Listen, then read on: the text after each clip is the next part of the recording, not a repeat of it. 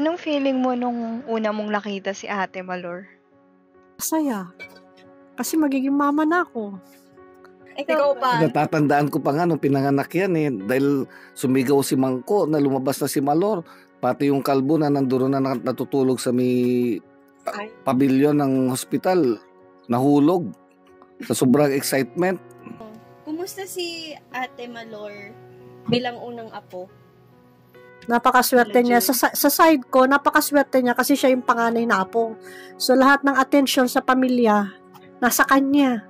Dahil nag-iisa pa lang siya apo nun eh. Atensyon nila daddy, nila matos, nila pangkay, nila mangko. As in, lahat nasa kanya atensyon. Kaya ang swerte-swerte niya. As unang apo, paano niyo siya nun inaalagaan? Paano niyo pinapatulog? Ang ginagawa ni Pangkay, para lang makatulog siya, isasakay siya ni Pangkay sa tricycle, maglilibot sila sa buong Bliss para lang mapatulog siya. Kaso, pagbaba niya ulit ng tricycle, iuwi na sa bahay, gising na ulit. Sa akin naman, alos nakakatulog na ako, nabuhat-buhat ko siya eh. Nakasandal na lang ako sa wall. Sa gabi. Nung nakakalakad na si ate, kamusta siya nun? Ay, napaka-ano niyan. Basta makita niya ako yan, minsan parating ako, nakamotor ako, sinalubong niya ako, papa, dumiretso siya napaso yung legs niya sa tambutso ng motor. Sinasadya ko pang ipasyal sa yan, sa Tugigaraw para makakita lang siya ng kalesa. Talaga, dumadayo kami Tugigaraw, sabi ko sa kanya, yan horse yan, kabayo, ako. Kaya ang tawag niya sa horse bayo. Nung KP siya sa Casa del Niño, ang award niya is Most Articulate. Tapos, tinanong niya sa akin, Mama, ano ibig sabihin nung articulate? Sabi ko sa kanya, maarte na, pakulit pa. Kamusta naman yung study habits niya nung na siya, medyo college na, high school? Yun. Si Malor, sa inyong magkakapatid, siya yung napaka-relax. Mahilig siya sa rush. Hindi siya yung kahit sabi mo sa kanyang 1 week before the exam, dapat nag-aaral na siya. Siya hindi. Mahilig siya mag-cramming. Mana sa akin yan eh. Mas lalo Isang hindi nagdadala ng notebook. Basta may papel. Pagkadating sa bahay, ibababa na lang. Patapos, yun lang. Nakikita mo ba siya nag-aaral? Hindi ko nakikita nag-aaral yan. Mukha nga puro papong iniisip niyan eh. Ay, sana ko tumingin si Papo nakikita ko. Tingnan niyo. Shoo! Shoo! Shoo! Ano ba yan? Tan tan tan tan tan tan tan tan tan tan tan tan.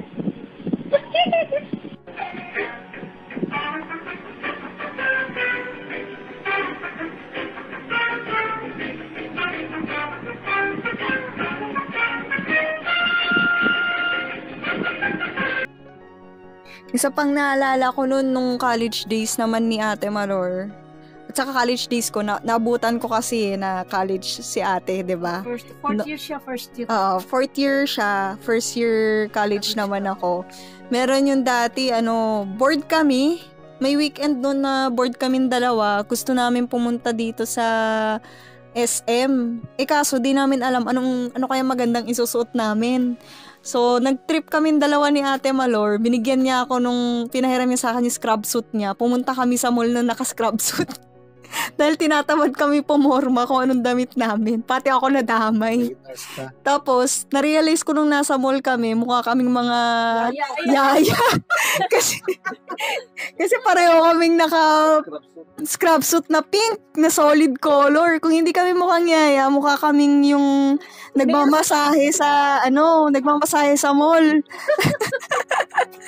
Pero okay lang, makulit, memorable lang din yung experience na yun kay ate. Ikaw, Ila, nung namimiss mo nung nag-New Zealand si Ate Malor at si Kuya Papo? Wala nang dessert kapag weekends. Oo nga eh. Laging may dalang dessert sila kuya. Pag weekend, pag umuwi sila. Magtatanong anong ice cream gusto nyo. Or basta nagkakaroon ng food trip dito. Yun nga eh. Mercedes. Nagkakaroon ng food trip dito sa bahay kapag weekend nadadalaw si Kuya Papo. Mahilig kasi silang kumain. Tapos hindi ko na rin nakikita si Ate Malor na mainit ang ulo. Pag magkaaway sila. Alam niyo ba, nung huling skydiving nila, nagte-text sa akin yan, nagchat-chat. Huwag ka maingay, hindi ko pa sinasabi kila mama. Sinend niya picture, magsa-skydiving sila. Tapos ang sunod na sinend niya, yung mga ATM pin numbers niya. tapos ako lang nakakaalam. Hindi niya sinabi sa inyo. Magaling sa planning yan. Pero nung sinabi naman niya na, na may kasama siyang trained na tatalon, hindi siya solo. Okay, sige, enjoy. Pero isa naman din nakakatuwa kay ate nung nag-nursing na siya. Yung pagiging mainitin yung ulo niya, madaling mapikon. Humaba yung pasensya niya, di ba? Nung nag-nursing na siya. Nag-rest on duty na siya nag-duty. Miss ko nga na hatid sundo ko yan eh. Itong buong pandemya nung hatid sundo ko yan para lang wag mahawa sa mga COVID. Dinadalhan niyo pa ng pagkain pag naka-isolate sa lab. Sa very dedicated sa trabaho yan, up to the extent na Yearly may special awards sa hospital. Nung pagputok pa lang ng COVID, nagka-idea siya kaagad. Gusto pa niya na manghiram ako ng bisikleta para makapag-duty siya. Pero hindi naman nangyari yun. Basta si Ate Malor, sobrang maalalahanin na ate. Kahit malayo siya, lagi nagchat-chat ng nangumusta. Kapag alam niyang may parang big na nangyari, laging, Ayla, dito lang ako, ganyan. Yak na. Sobrang din naman si ate. Sensitive siya eh. Kapag, alam niya, dati lalo nung college ako, pag sobrang busy ko sa plate, stress ako. Basta pag tahimik ako, may time yan, bigla yung mga ngamusta sa akin. Ano naman yung, nagustuhan nyo kay Kuya Papo? Si Papo magalang yan. Magiliw. Mabait yan. Kaya ang sinasabi ko nga noon, anak ko, sinasabi ko sa inyo, kahit na pangit, basta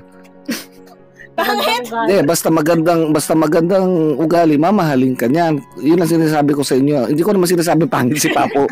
Ibig sabihin yung panuntunan ko lang kasi kahit na basta masipag, kahit hindi mayaman, yayaman yan. Ang pinaka doon, basta magalang at mapagmahal sa magulang, siguradong mamahalin ka niyan. Yun ang nakita ko, lahat na yun nakita ko kay Papo na magalang, masipag at saka mapagmahal sa magulang.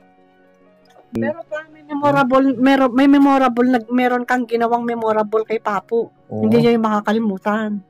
Dahil nung araw na schedule na labas ng board exam niya, nandun siya sa atin para mag-abang ng result ng board exam. Anong sinabi mo sa kanya? Sabi ko, nagiinuman kami, Papo.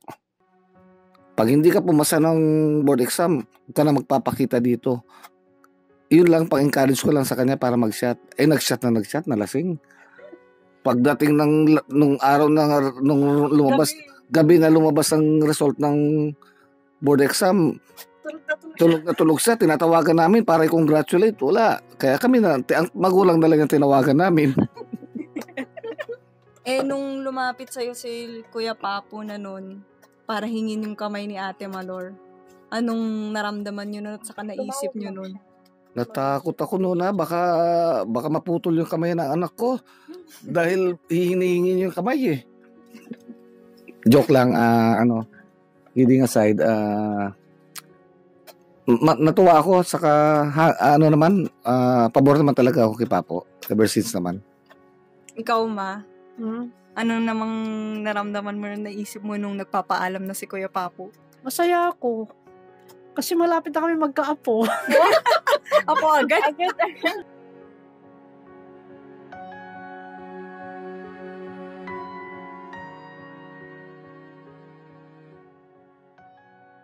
Nung napag-isipan na ni Papo na mag-propose siya kay Malor, tinawagan ako. Ako yung kinasabwat niya. Kasi ang gusto ni Malor noon, may isang simbahan siyang gusto niya, doon dapat sila ikasal ni Papo pag ikakasal. So ang ginawa ni Papo, yun mismo yung venue na gusto niya kung saan siya mag-propose. So Saturday yun, so sinabihan ko si Malor, sabi ko, anak, Sunday bukas, di ba kayo magsisimba ni Papo? Sabi ko sa kanya. Sabi niya, pwede naman ma, may duty ako ma, galing ako ng night duty, pero pwede naman, diretso kami ni Papo doon. Sabi niya. So, okay naman, naging successful naman yung sabwatan namin ni Papo dahil nagpunta nga talaga sila ng simbahan, kaya nagawa ni Papo yung proposal niya doon sa loob ng simbahan.